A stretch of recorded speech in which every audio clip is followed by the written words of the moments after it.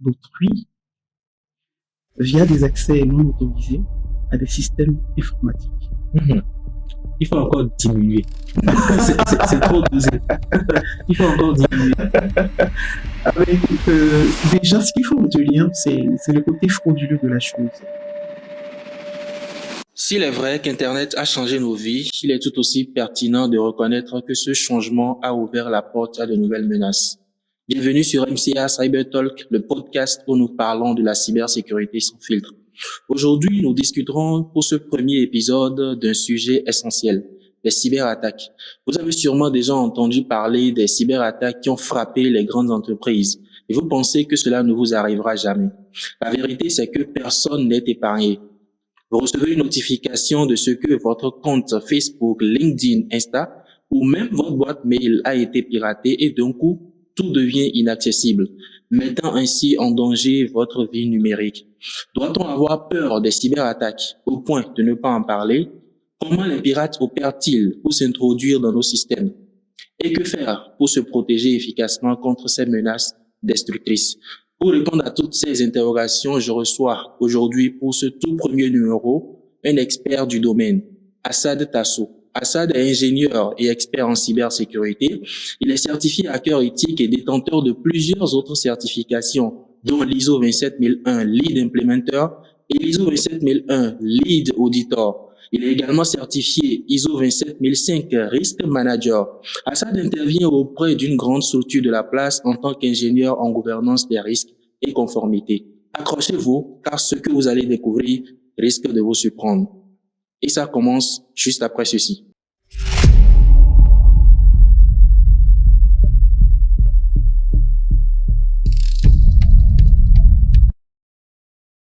Alors, Assad, bienvenue sur ce podcast. Merci. C'est pour moi une joie de te recevoir pour ce tout premier numéro. Et je tenais déjà à te remercier d'avoir accepté ouvrir ce premier épisode-là avec moi. Je l'annonçais dans l'intro que tu interviens auprès d'une grande entreprise de la place en tant qu'ingénieur en gouvernance des risques et conformité.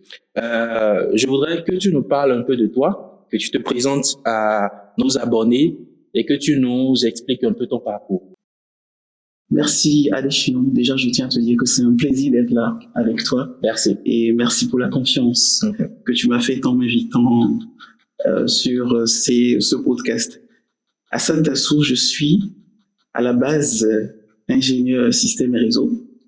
Et j'ai découvert l'univers de la cybersécurité à travers les formations certifiantes, notamment que tu viens de citer tout à l'heure, qui m'ont vraiment mis le pied à l'étrier et m'ont lancé dans cet univers passionnant. Donc, de fil en aiguille, j'ai continué à me former et à joindre surtout à ce que j'apprenais comme connaissance, le côté pratique. Il faut dire que ce n'était pas toujours évident parce qu'après, c'est une chose d'avoir des certifications, c'en est une autre d'avoir les compétences qui vont avec. Tout à fait. Comment est-ce qu'on fait dans cet environnement qui est le nôtre pour allier pratique et théorie? J'avoue que ce n'est pas une sinécure, ça a été la croix et la bannière, mais chemin faisant, avec détermination, j'y suis arrivé. Les gens m'ont fait confiance et progressivement, j'ai donc pu mener quelques missions, notamment pour ce qui est des missions d'audit, de conformité à différentes normes internationales et même nationales. Ça, je tiens vraiment à te féliciter pour ce parcours-là et le fait d'avoir eu de la passion pour la cybersécurité. Quand on parle de gouvernance des risques et conformité, qu'est-ce que tu fais au quotidien? Au quotidien, mon travail consiste à inspecter déjà des structures, afin d'évaluer la conformité de leur système d'information avec des normes en place, des politiques. Notamment, je pourrais citer la politique de sécurité des systèmes d'information de l'État. Donc, la PSSIE. La PSSIE, bien sûr, que nous utilisons très fréquemment dans nos inspections. Donc, il s'agit pour nous d'aller vérifier que les exigences de la PSSIE sont bel et bien mises en œuvre au niveau de ces différentes entités. C'est des questions de sécurité parce que la PSSIE promeut pas mal de bonnes pratiques en termes donc de sécurisation des systèmes d'information. Super, assez intéressant. Aujourd'hui, nous allons rentrer dans le vif du sujet, un sujet assez important, un sujet très passionnant. On va parler de l'univers des cyberattaques. Tout à fait. Pour démarrer, comment est-ce que tu définis une cyberattaque? Une cyberattaque, il y a plein de définitions qui courent par rapport aux cyberattaques. Mais qu'est-ce que cyberattaque? Je dirais que c'est toute tentative de vol, d'exposition, d'altération ou de destruction de biens d'autrui via des accès non autorisés à des systèmes informatiques. Il faut encore diminuer. c'est trop dosé. Il faut encore diminuer. Ah ben écoute, déjà ce qu'il faut retenir, c'est le côté frauduleux de la chose. C'est très important de mettre un accent dessus. Le cyberattaquant ou le hacker est quelqu'un de mal intentionné qui en veut à vos données, qui en veut à vos informations personnelles et profite bien souvent parfois de votre naïveté ou de votre manque de prudence via Internet bien sûr, pour pouvoir s'infiltrer dans votre système, dans votre téléphone portable, je dis les choses simplement, histoire de subtiliser des informations sensibles, personnelles. Voilà. Intéressant. Donc, on pourrait aussi dire que une cyberattaque est un piratage. C'est un piratage. C'est un piratage.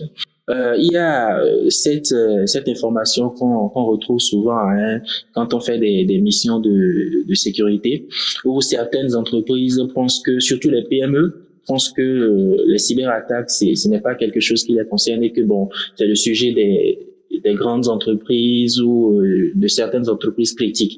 Est-ce que tu es d'accord avec cette assertion-là qui dit que les PME sont épargnées de cyberattaques? C'est carrément un mythe. Et aujourd'hui, à l'aide de l'information, on a accès à toutes sortes d'informations qui nous parviennent, de cyberattaques qui sont venues un peu partout. Et les cibles concernent aussi bien les particuliers que les entreprises. Les PME également sont concernés. Tout le monde est une cible potentielle de cyberattaque. Même les individus. Même les individus peuvent être des cibles de cyberattaque. Je parlais tout à l'heure du téléphone. Ton téléphone à toi, additionnement, peut être compromis. Tout à fait. Tes informations peuvent être utilisées. Des images peuvent être volées, par exemple. C'est une cyberattaque. Intéressant. Ma boîte mail peut fuiter et les données se retrouver sur Internet. Sur Internet. Surtout avec le phénomène récurrent des gaiemans aujourd'hui sous nos cieux où on reçoit des informations, on vous demande de l'argent, on vous demande de cliquer sur des liens. Ben, ça aussi, c'est des tentatives de cyberattaque à l'échelle individu. Bien sûr, tout à fait. Des tentatives de cyberattaque, comme tu l'as dit. Je crois qu'on abordera tout à l'heure un peu plus en détail ces types de cyberattaques-là, dont certains sous mesure raffolent. Voilà, l'ingénierie sociale, de toute façon, on déterra beaucoup plus en profondeur ce qu'on entend par là.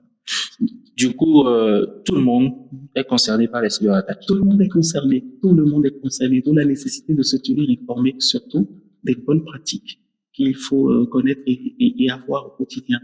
De l'attitude ou des attitudes qu'il faut avoir quand on est connecté à Internet. Qu'est-ce qu'il faut faire? Qu'est-ce qu'il ne faut pas faire? Il faut s'informer par rapport à ça. Les mots de passe, comment est-ce qu'il faut les concevoir? Pas des mots de passe complexes. Souvent, on entend ça, en fait. Les gens sont maintenant habitués à ça. Ne mettez pas 1, 2, 3, 4 comme mot de passe. Essayez de faire quelque chose de plus... Il y en a qui continuent de mettre 1, 2, 3, 4 comme mot de passe. Il y en a qui continuent de mettre 1, 2, 3, 4. Bizarre. Ben écoute, c'est une question d'habitude. Et les habitudes ne se changent pas comme ça du jour au lendemain.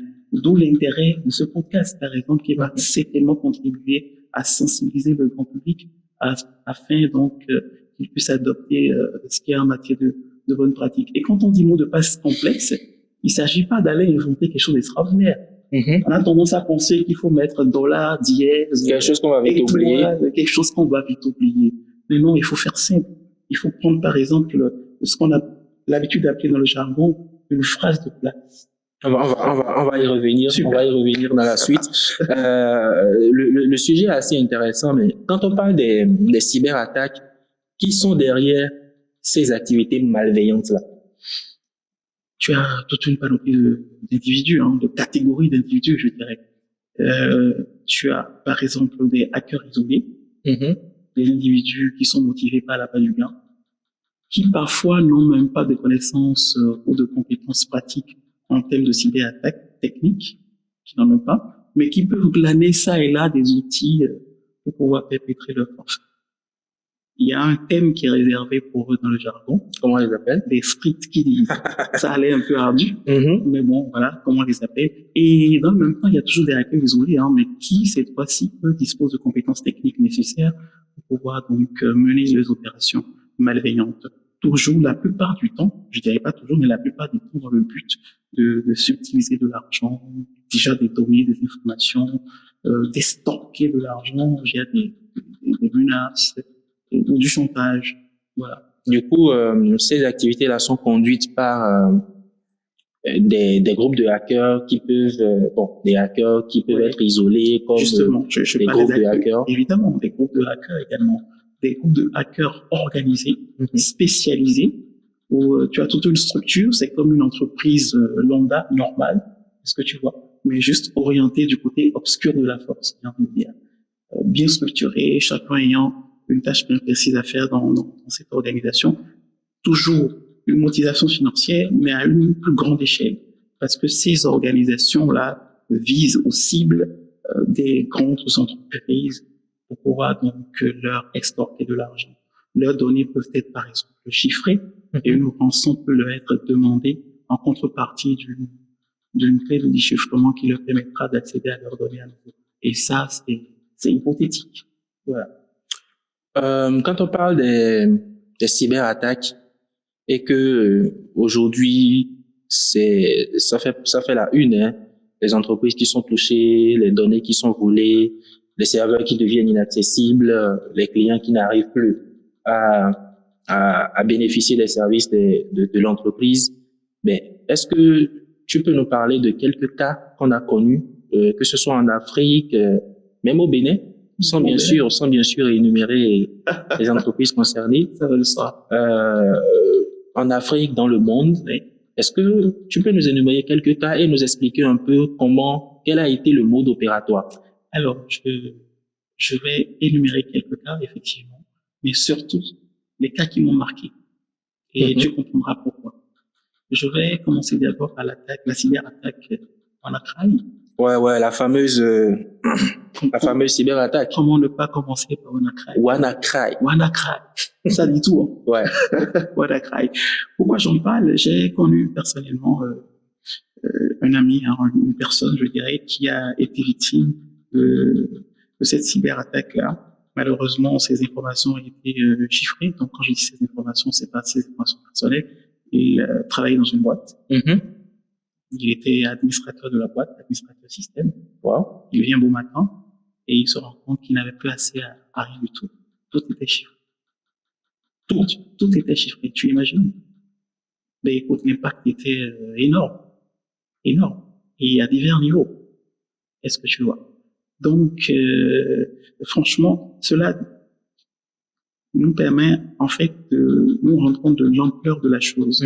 Du fait qu'il faille vraiment avoir les réflexes qu'il faut, les bonnes pratiques pour ne pas tomber dans ce genre de piège-là. Tout à l'heure, je parlais de données chiffrées. Donc, voilà comment est-ce que ce logiciel malveillant procède. Dès qu'il infecte un système, il va chiffrer le système. Vous n'aurez plus accès à vos données et le hacker exigera de vous une rançon afin de vous rétrocéder vos droits sur vos données, de vous donner sur nos données. Sur vous.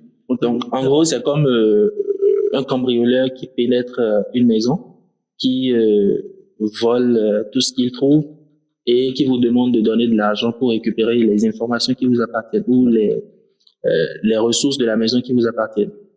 Oui, en quelque sorte. Tu as l'habitude de suivre des films de science, enfin pas de science-fiction, mais d'action, où on voit le méchant monsieur qui va kidnapper la fille du héros, va la séquestrer quelque part et lui demander une rançon. Ouais. Bien sûr. C'est à peu près la même chose. Mais cette fois-ci, sur le domaine numérique. Sur le domaine numérique, la petite fille ici, le petit bébé ici, ce sont vos données personnelles, que le hacker vient dans notre maison, pour ainsi dire, kidnapper, si je peux employer ce terme-là au sens supérieur, donc, et nous demande de l'argent pour pouvoir retrouver. Du coup, de façon spécifique, comment est-ce qu'il parvient à infiltrer une entreprise? Parce que dans le cas d'une maison, on peut dire que c'est peut-être la porte qui a été ouverte, ou on n'a pas fermé la porte, ou on a laissé les fenêtres ouvertes, on a laissé il y a quand même une faille dans la maison qui a permis aux cambrioleurs d'intégrer la maison. Mais ici, on a une entreprise où on suppose qu'il y a un data center où il y a les serveurs, tout est bien contrôlé avec les accès. Comment est-ce que le hacker peut parvenir à s'introduire dans le système pour prendre nos informations, les chiffrer et en gros nous demander de l'argent? Justement, tu as lâché le mot tout à l'heure, tu as parlé de faille. Le hacker va chercher la faille dans le système, la vulnérabilité. Il procède de différentes façons. Il peut envoyer par exemple un mail, quand on prend le cas d'une entreprise, et là on va parler de phishing. Ouais. Donc il peut envoyer un mail, et un mail qui va sembler provenir d'une source légitime, d'une source fiable. Ça peut être une banque par exemple. Et dans ce mail-là, il y aura un petit lien sur lequel le hacker va inviter donc l'utilisateur ou la personne concernée à cliquer. Dès que vous cliquez sur le lien, vous êtes redirigé peut-être vers un site tout aussi frauduleux, et dès que vous entrez vos informations comme vos mots de passe et autres, vous faites subtiliser ces données, et le hacker donc, peut passer par cet intermédiaire là pour pouvoir s'infiltrer dans le système et perpétrer son forfait. Donc tout part d'un lien. Tout peut partir d'un lien. Tout peut partir d'un lien. Oui. Même les personnes, les individus peuvent aussi être concernés par ces attaques de WannaCry dont on vient de parler. Oui, bien sûr. Écoute, c'est opérationnel sur tout type de système. Même les individus peut être concernés. Ce sont les mêmes ordinateurs que nous utilisons, c'est les mêmes systèmes, les mêmes vulnérabilités. Nous sommes tous concernés. Le monsieur, n'importe quel monsieur peut être concerné par cette attaque. Tu prends ton ordinateur, tu vas sur un site, tu cliques sur un lien sur lequel tu ne veux pas cliquer, et tu te retrouves malheureusement infecté par un virus comme... Intéressant. Est-ce qu'on peut parler d'autres attaques? Bien sûr, on peut parler d'autres attaques. On peut parler, par exemple, là on est en train de parler des bons cyberattaques qui ont... Voilà. Ouais. Donc, il y a une autre attaque, une autre cyberattaque qui a quand même fait le buzz en son temps. C'était Stuxnet. Stuxnet. Je crois que tu en as entendu parler. Ouais. On a beaucoup entendu parler, Stuxnet. Une attaque assez sophistiquée qui visait les centrales nucléaires iraniennes, histoire donc de retarder le programme nucléaire. Une attaque coordonnée par plusieurs États qui se sont mis ensemble pour pouvoir donc développer ce virus. Alors, pourquoi évoquer ce fait? C'est compte tenu donc de la sophistication de l'attaque et du fait qu'il y a eu une collaboration entre États pour pouvoir attaquer un autre État. Et là, on pourrait parler ce que tu dis là, c'est intéressant.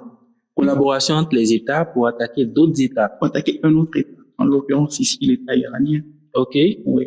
Donc, c'est plus intéressant d'évoquer cet aspect des choses parce que ça nous montre un peu les cyberguerres de la chose. Ce que tu vois. Donc, Stuxnet était une cyber-arme utilisée par cet État pour commettre leur forfait, déstabiliser des infrastructures critiques pour pouvoir empêcher l'Iran d'avoir la...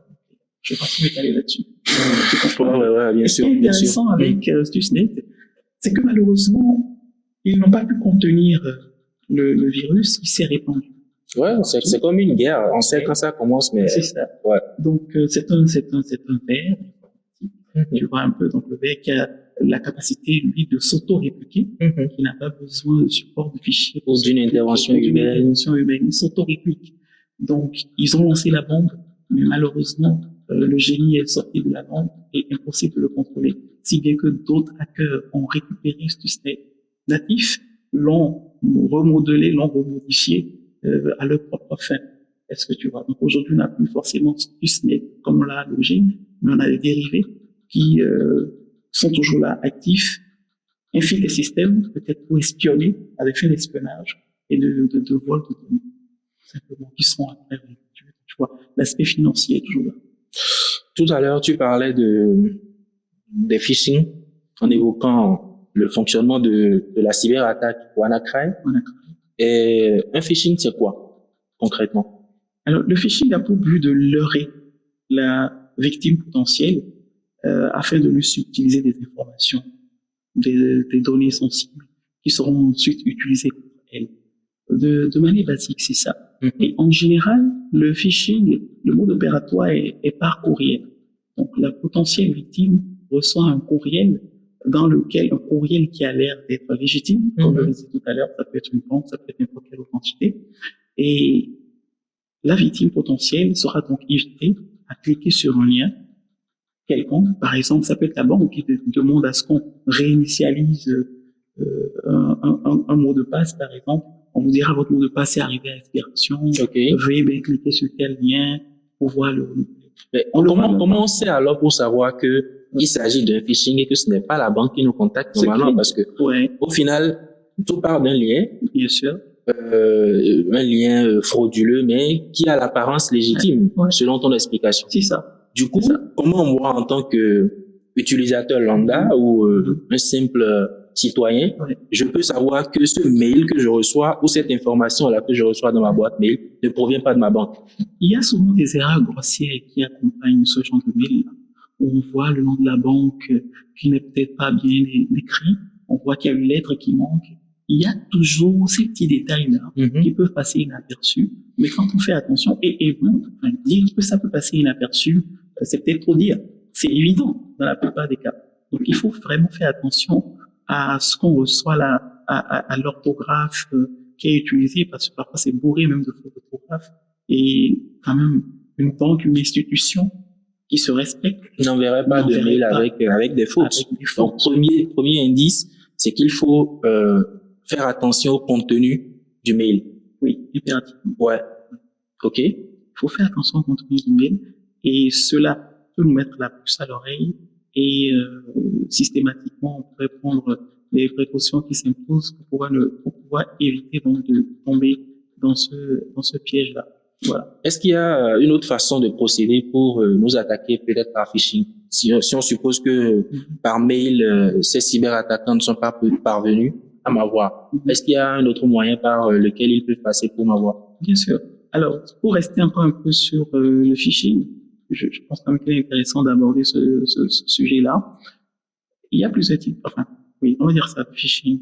Les phishing, parfois, sont personnalisés. C'est ce que tu vois.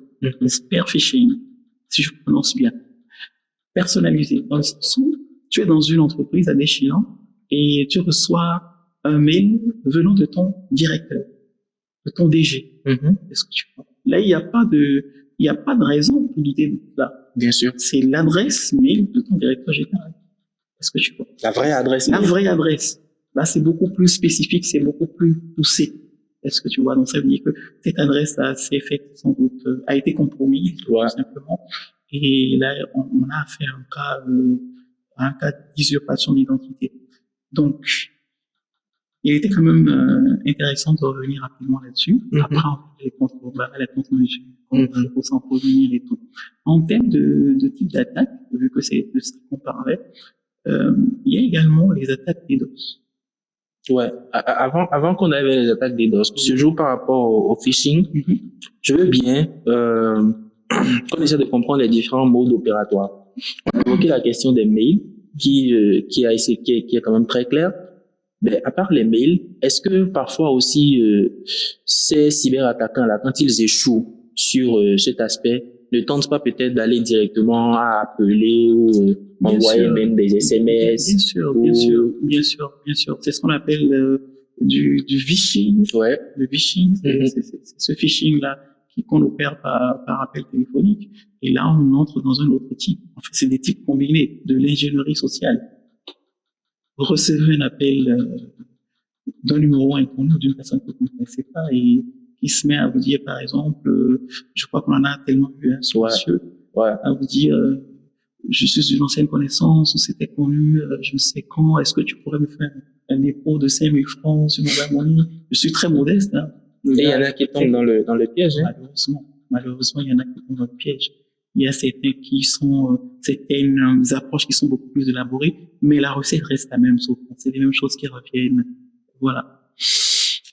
Chers abonnés, faites vraiment très attention. Le phishing, c'est une menace réelle. Et c'est vrai que même en tant que professionnel, il faut l'avouer, c'est très complexe de pouvoir de façon visuelle détecter un mail de phishing, parce qu'aujourd'hui, ces cyberattaquants-là ont vraiment évolué en mettant en place des stratégies. Aujourd'hui, on a l'intelligence artificielle, ils génèrent juste un mail très professionnel et sans faute, sans erreur. Et si vous ne faites vraiment pas attention, vous risquez de tomber dans le piège. Tout à fait. Tu avais commencé par parler des attaques DDoS. C'est quoi une attaque DDoS? Une attaque DDoS. Alors, je vais faire simple. Ouais. Toujours. Oui, je vais faire simple. Alors, une attaque DDoS, comment l'illustrer?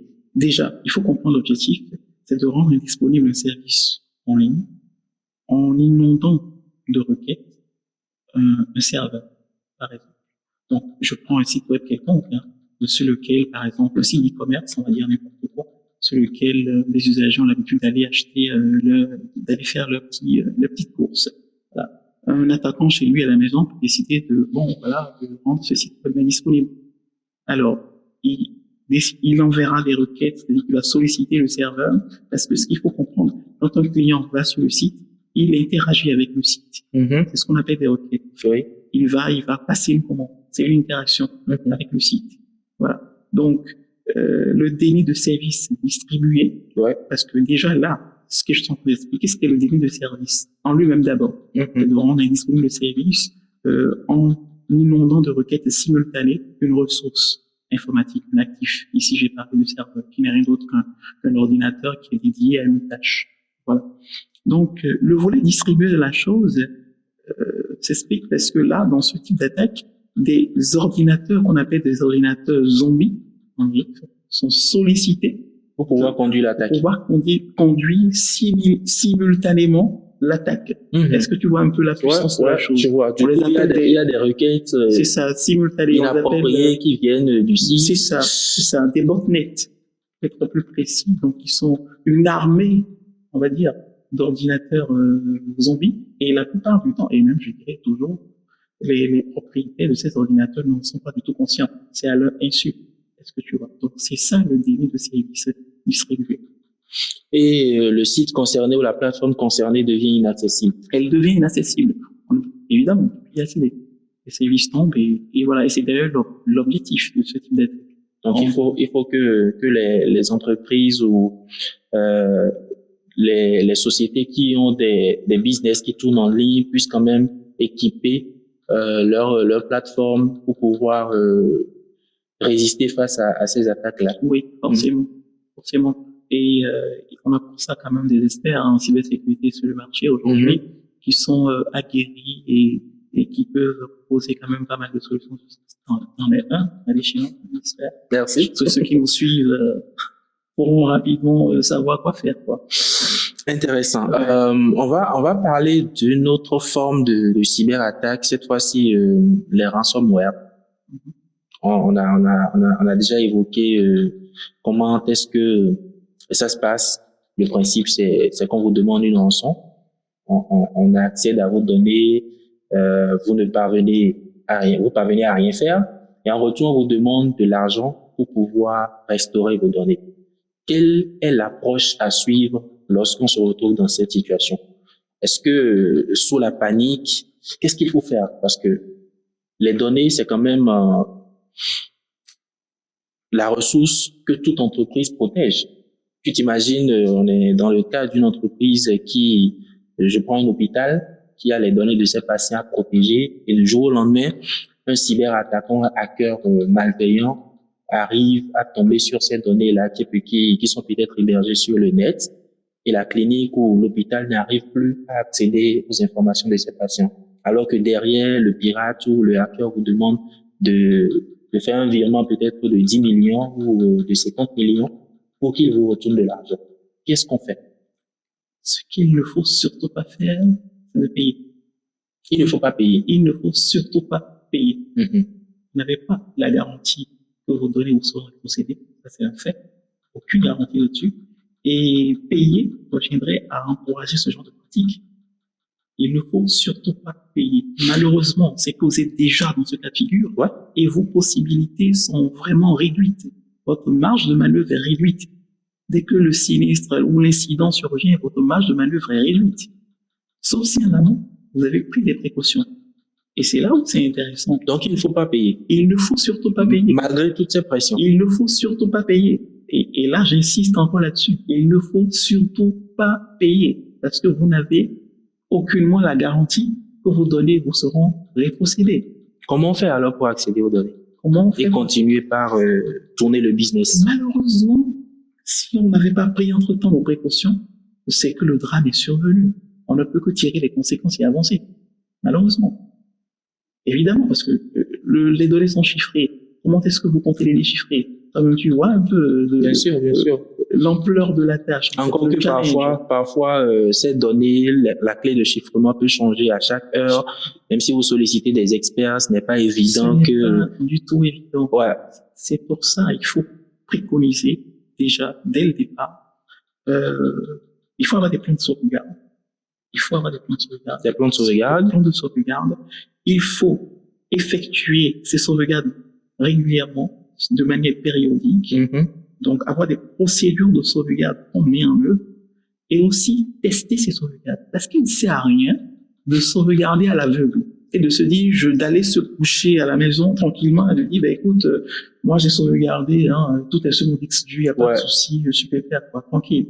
Mais un beau matin, quand l'incident va se venir, tu vas courir, prendre tes disques durs et te rendre compte qu'en réalité, tes sauvegardes sont inutilisables. Donc, il faut aussi des plans de restauration, des procédures de restauration qu'on doit mettre en œuvre de manière périodique. Il faut tester les sauvegardes pour s'assurer qu'elles sont vraiment utilisables le moment venu. Et voilà. Et aussi, quand on dit tester les sauvegardes, il faut faire des tests grandeur nature, c'est-à-dire, je prends l'exemple d'une application, par exemple, avec une base de données.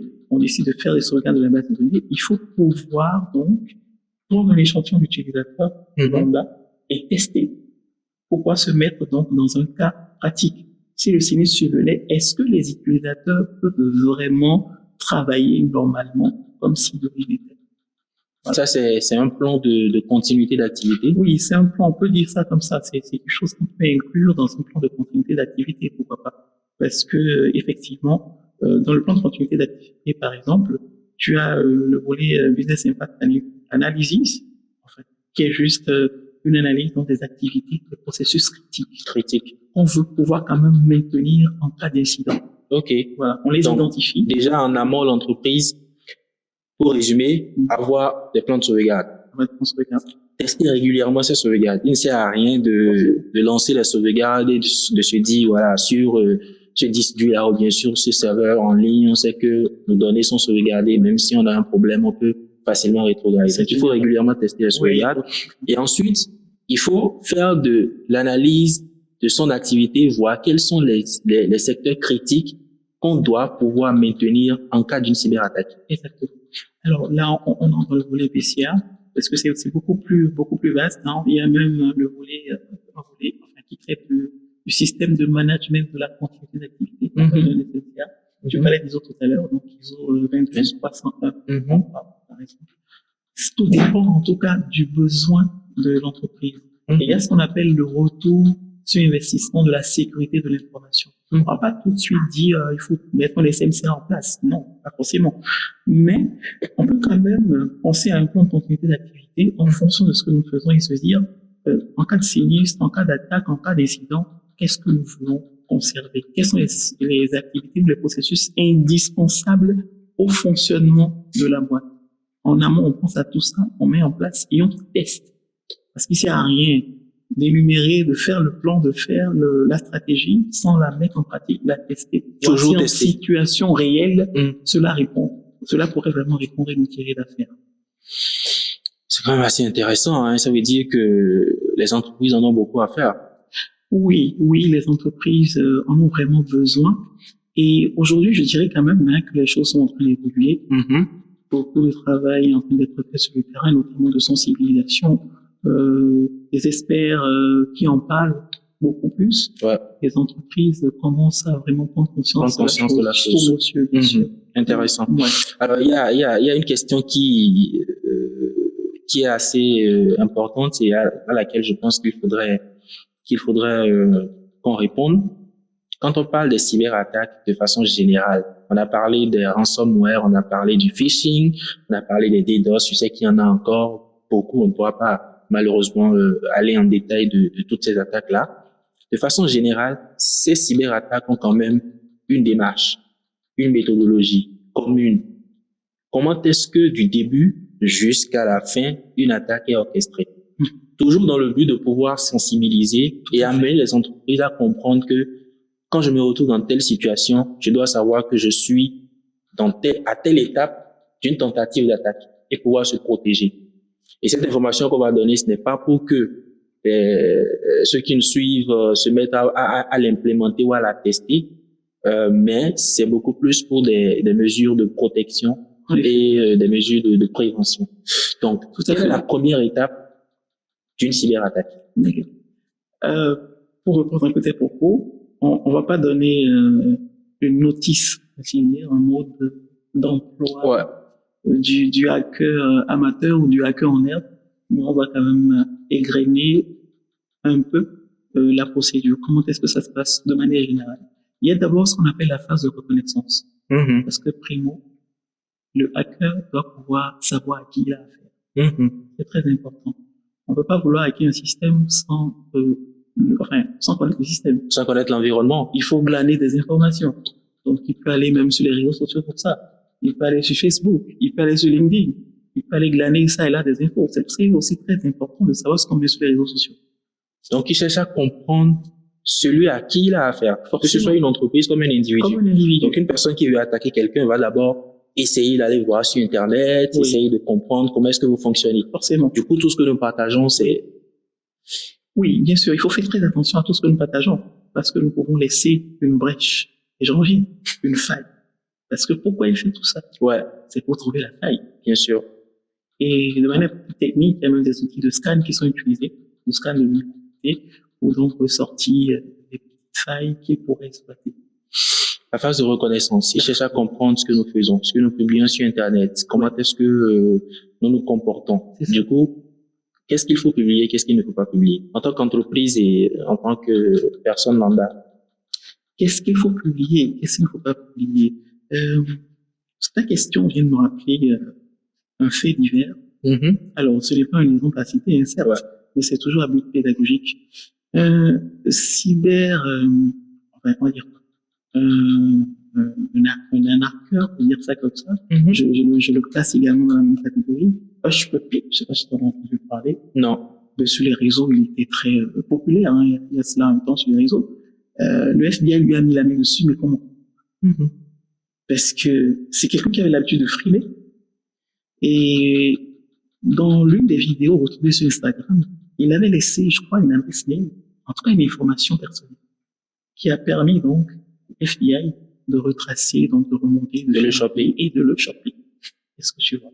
Donc je pense que là c'est un exemple quand même très parlant qui nous instruit sur ce qu'on doit publier ou ne pas publier. Des informations à caractère personnel, confidentiel, même des mails professionnels qui ne doivent pas être utilisés dans le cadre personnel. Je ne veux pas quand même prendre mon mail professionnel pour aller m'inscrire sur des sites douteux.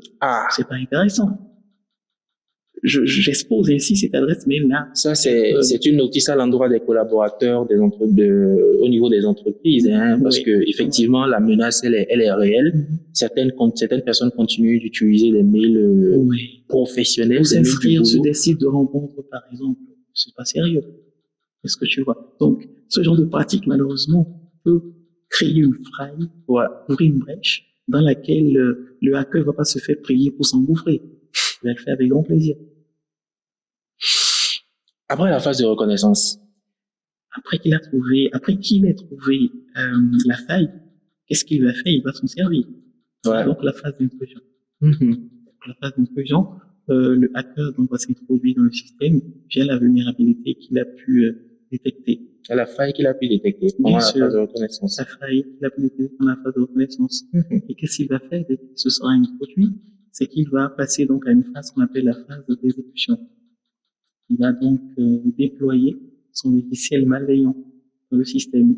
Ça peut être même un ransomware, pourquoi pas. Ça dépend de ce qu'il veut faire, s'il est d'accord. Donc, après la phase d'intrusion, donc la phase qui suit, la phase d'exécution, tu as la phase de contrôle et de persistance. Ce qu'il va faire, c'est qu'il va s'assurer qu'il garde un accès permanent au système. C'est très important. Afin que peut-être que si il est détecté et que son accès est coupé, qu'il puisse quand même revenir. Ouais. Revenir. On le chasse par la porte, il revient par la fenêtre. Donc il faut quand même qu'il garde une porte ouverte là pour revenir. Donc après cette phase, tu as la phase qui suit, c'est la phase d'élévation de privilèges. La phase d'élévation de privilèges lui permet donc de pouvoir gravir les échanges, je vais dire ça comme ça, en termes de droit d'accès. Ok. Il va corrompre les comptes, pourquoi pas passer un compte administrateur, là ce serait le jackpot. Il peut maintenant faire tout ce qu'il veut. Il devient propriétaire du système. Il devient propriétaire, pour ainsi dire. Il fait ce qu'il veut du système. C'est quand même intéressant ce qu'on est en train de dire. Et la phase de reconnaissance, première chose, le hacker ou le pirate va chercher à comprendre ce que vous faites. Comment est-ce que votre environnement est constitué? Quelles sont les applications, les services que vous avez l'habitude d'utiliser? Et cela, il y a un aspect de la chose, même les offres de recrutement que les entreprises publient sur les réseaux sociaux où ils mettent par exemple le stack technique, ça veut dire que ça peut constituer un risque en fait. Parce que si au cours de la phase de reconnaissance, le hacker trouve que voilà, vous avez l'habitude de rechercher des développeurs Java, des développeurs PHP, il peut se donner une idée des technologies que vous utilisez. Forcément. Et à l'échelle individuelle, c'est que le hacker va chercher à comprendre ce que vous faites sur Internet, ce que vous publiez, votre activité. Quels sont vos goûts? Quels sont vos plaisirs? Quand vous voyagez, vous publiez je suis à tel endroit. Par exemple. Qui sont vos amis? Bien sûr. Qui sont vos collègues? Bien sûr. Quels sont vos hobbies? Quels sont vos passe-temps? Ouais. Il pourra donc s'en servir. Et il collecte toutes ces informations-là qu'il utilise maintenant pour pouvoir mettre en place un scénario d'attaque. Donc, chercher ensuite à s'introduire dans votre réseau. À l'échelle individuelle, par exemple, je trouve qu'il y a un cas très intéressant qu'il faut aussi aborder. Vous avez souvent sur Facebook des invitations comme ça qui viennent, souvent qui ciblent des jeunes hommes, en général, des femmes assez intéressantes, belles et tout. Et puis, on entend avec des photos de profil. Avec des photos de profil très subjectives. Tu vois de quoi je parle?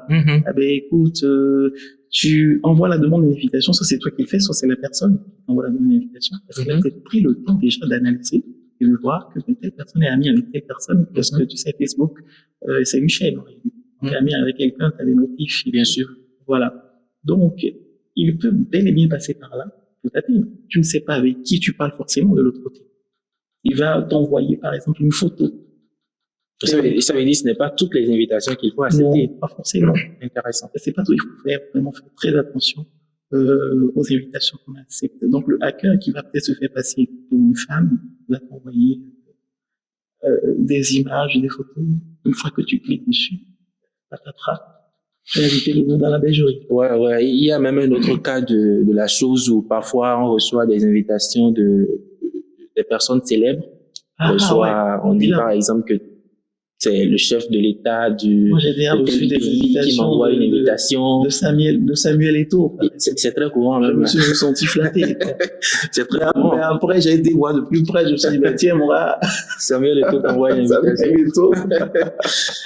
Donc ça c'est intéressant. Et l'autre aspect de la chose, c'est lorsque à l'échelle individuelle, vous avez beau prendre les précautions et vous tombez dans le piège de l'attaquant, il vous demande s'il passe selon le scénario que tu expliquais tout à l'heure, si c'était une femme, il se déguise en une femme, il vous envoie une invitation, et il vous demande des photos de vous, il vous demande des informations en fait pour après pouvoir vous faire du chantage. Bien sûr. Lorsque je tombe dans ce piège-là, ça veut dire que je ne dois pas céder. Oui. Surtout ne pas paniquer. C'est vrai, c'est difficile à faire. Ouais, dans la pratique, c'est compliqué. Quand j'ai de l'autre bout du monde quelqu'un que je ne connais pas qui a une information confidentielle sur moi et qui me dit, voilà, il faut me faire un virement pour que je puisse supprimer les données à mon niveau, sinon c'est foutu. Ouais. Alors, c'est pertinent ce que tu dis. En effet, c'est pertinent. Mais on a tout intérêt à ne pas paniquer. Parce que dans la panique, on commet des erreurs irréparables. il est important de garder son sang-froid. Et c'est pour ça qu'on va continuer à sensibiliser encore et encore. Parce que quelqu'un qui entend ça, c'est que la prochaine fois, si on ne le souhaite pas, malheureusement, il se retrouve dans ce cas de figure-là, il va devoir garder son sang-froid. C'est très important. Alors, la chose à faire déjà immédiatement, c'est si c'est un appareil, un téléphone et tout, il faut se déconnecter systématiquement d'Internet. Il faut isoler. Il faut isoler l'incident. Ça, c'est quand on est en face d'une cyberattaque. C'est important. Bon, enfin, c'est une forme de cyberattaque aussi. Tu vois, il faut forcément isoler l'attaque. Et déjà, dans le cas de figure dont on est en train de parler ici, isoler les systèmes qui sont impactés ou l'ordinateur, les appareils qui sont concernés. Les appareils qui sont concernés dans le cas d'une entreprise. Ok. Ce que tu parlais en fait tout à l'heure de cette hypothèse selon laquelle un individu lambda se fait hacker par exemple son téléphone et tout. Est-ce que tu vois un peu? Donc voilà. Bon, dans le cas d'une entreprise forcément. Et le principe aussi s'applique, hein, même en particulier. L'idée ici, c'est de contenir l'attaque. Dans une entreprise, par exemple, les ordinateurs sont interconnectés. Bien sûr. Donc, dès qu'on déconnecte la machine infectée du reste du réseau, on contient l'attaque. C'est important de la contenir. Est-ce que tu vois? Maintenant, après, il faut évaluer les dégâts, il faut évaluer l'impact de qu'est-ce qui a été touché, comment est-ce qu'on a été touché. Et ce qu'il faut faire aussi, et qui est très important, c'est d'alerter les autorités compétentes. Ouais. Et là, c'est très important. Et beaucoup ne le font pas, hein? Beaucoup ne le font pas. Beaucoup ne le font pas parce qu'on a peur du regard des autres. Qu'est-ce qu'on dira de moi, par exemple? Je sais pas des particuliers précisément. On a peur de beaucoup de choses. Mais il faut pas avoir peur parce que garder le silence, c'est encourager ce genre de pratique. Il faut pouvoir. C'est aussi une façon de dénoncer. Un hacker qui est mis hors d'état de nuire, c'est beaucoup d'autres personnes qui sont préservées. C'est bien ça. Donc il faut pouvoir dénoncer, il faut pouvoir porter plainte. Et notamment au Bénin, nous avons le Centre national d'investigation numérique. Le CNIN. Le CNIN. Le site est accessible en ligne à tout le monde. Vous pouvez aller déposer votre plainte en ligne. Et franchement, c'est efficace et ça fonctionne hyper bien. La réactivité est vraiment très bonne. Et ce service est ouvert aussi à la population? C'est ouvert à la population, bien sûr. Et justement, c'est ouvert à la population. N'hésitez pas à porter plainte au Centre national d'investigation numérique. Ouais. C'est ça. Quand vous êtes victime d'une tentative d'extorsion de fonds ou quelqu'un vous menace de ce que voilà, j'ai des informations confidentielles sur vous, il faut livrer de l'argent, il faut vous mettre dans une situation de panique. Ne paniquez pas, gardez votre sang-froid et alertez les autorités compétentes qui vont vous orienter sur la démarche à suivre. Voilà, c'est bien ça. Donc, on revient sur le process au niveau d'une entreprise. Après avoir mis hors d'état de nuire les systèmes infectés, fait appel à des experts pour comprendre comment est-ce qu'on a été attaqué, alerter les autorités compétentes. La prochaine étape, c'est quoi? Déjà, la prochaine étape, c'est déjà de garder également les preuves. Hein, parce que c'est très important. Il faut garder les preuves, les captures d'écran, les messages d'erreur. Parce que ça pourra servir après à l'enquête pour pouvoir remonter à la source de l'attaque. Très important de le faire. Et puis également, hein, il faut penser, dès qu'on a quand même tout épuré, à remettre les systèmes en marche. Et puis après, surtout, mettre en place des outils de surveillance. Des outils de surveillance pour que ce genre de situation ne se reproduise pas. Il faut aussi documenter. Surtout. Documenter, c'est très important. Pour que prochainement, quand on se retrouve dans telle situation, qu'on sache quoi faire et que ça nous permette de quand même déployer des stratégies de formation en interne. Peut-être que c'est un employé qui, par inadvertance, ça fait quelque chose et voilà, tout le réseau a été corrompu. Même si les incidents ne vont pas toujours se ressembler, c'est vraiment le cas, ça nous permet quand même de capitaliser sur l'expérience. On apprend, on se dit, ben tiens, voilà, les failles, parce que l'incident aussi qui vient révéler les failles du système et vient révéler ce qu'on doit corriger, ce qu'on doit mieux travailler. Donc, on capitalise là-dessus. Et puis, pour les fois à venir, c'est qu'on a des procédures déjà qui sont en place. Procédure de gestion des incidents, par exemple. Là, c'est pas quand l'incident va, comment on appelle ça, c'est les leçons qu'on tire, hein, après, que le sinistre ait eu lieu. C'est qu'il faut donc, après avoir ce plan-là de gestion des incidents, pour dire quand l'incident va venir, comment est-ce que je réagis? Comment est-ce que je fais les différentes étapes et tout. On sait bien d'avoir ça, dans sa scarcelle pour éviter de se faire surprendre. Peu à peu, nous sommes en train de tendre vers la fin de cet épisode-là. Je n'ai pas envie de te lâcher, tellement c'est intéressant. Mais avant qu'on ne mette fin à cet épisode, je voudrais quand même qu'on aborde un aspect du sujet qui est très, très capital. Aujourd'hui, l'intelligence artificielle est en train de pratiquement toucher tous les domaines. Est-ce que le domaine de la cybersécurité est impacté par l'intelligence artificielle? Évidemment, tous les domaines, comme tu l'as dit, sont impactés et la cybersécurité n'est pas en marge. La cybersécurité également est impactée par ce domaine-là. Et donc impacté positivement ou négativement? Écoute, impacté positivement ou négativement, tout dépend du point de vue. Tout dépend de là où on se situe. Quand on prend les cyberattaques, tu sais, l'intelligence artificielle peut être un outil puissant de détection des cyberattaques, bien sûr, et puis peut même, tu vois, les systèmes de détection d'intrusion peuvent être beaucoup plus efficaces. On peut même analyser les comportements et voir les comportements suspects et prédire même les cyberattaques. Et donc prendre des mesures nécessaires avant que ces dernières-là ne se réalisent. Okay. Et à contrario, les cyberattaques peuvent servir également à mieux élaborer et à rendre beaucoup plus sophistiqués. Je veux parler plutôt de l'IA, à rendre beaucoup plus sophistiquées les cyberattaques, je veux dire. Donc l'IA peut rendre beaucoup plus sophistiqué et voilà. Donc c'est dans les deux sens. Dans les deux sens.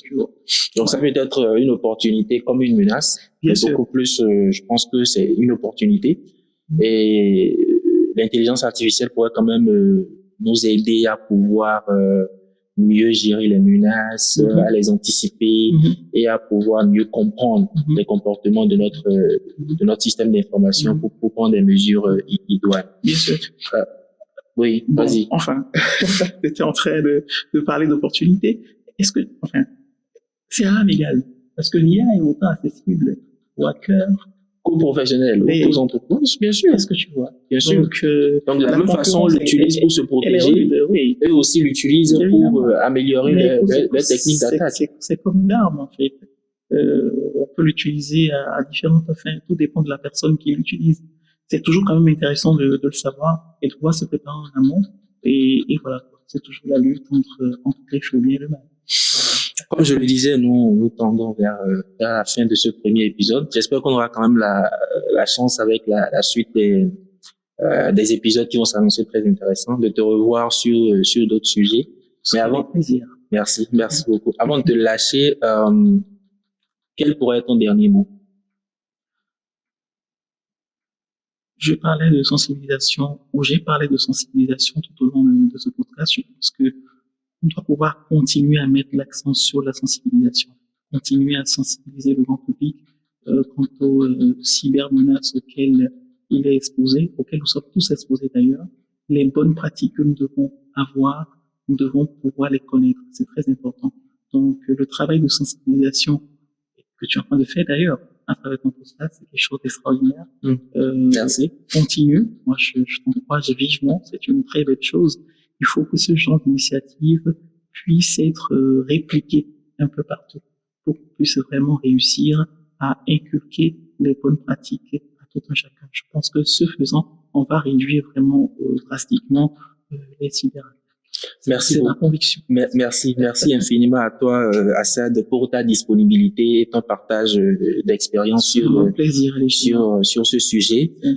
C'était un honneur et un plaisir pour moi de passer ce moment à discuter de ce sujet avec toi.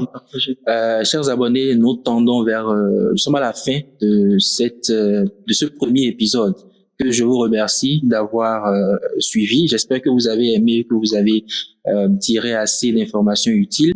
Les cyberattaques, ce sont des activités malveillantes qui visent à nous détruire, à détruire nos données et à exposer notre vie pour des fins qui sont destinées à nous détruire à l'échelle individuelle ou à l'échelle entreprise. À nous donc de prendre les mesures idoines pour pouvoir nous protéger efficacement. Et tout à l'heure avec Assad, nous avons abordé les mesures de protection à adopter, puisque vous soyez une entreprise ou que vous soyez un particulier. J'espère que vous avez tiré le maximum d'informations possibles. Merci de nous avoir suivis. Vous savez ce qu'il vous reste à faire, c'est d'aimer ce podcast, de vous abonner et surtout de partager afin que nous puissions toucher le maximum de personnes. Nous ne serons terminés ce podcast-là sans dire nos sincères remerciements au SCOP, c'est City Open Park, qui nous accompagne pour la réalisation de ces épisodes, de ces futurs épisodes. Je vous donne rendez-vous pour un prochain numéro avec un invité aussi intéressant et un sujet que vous allez beaucoup apprécier. Merci de nous avoir suivis et à la prochaine.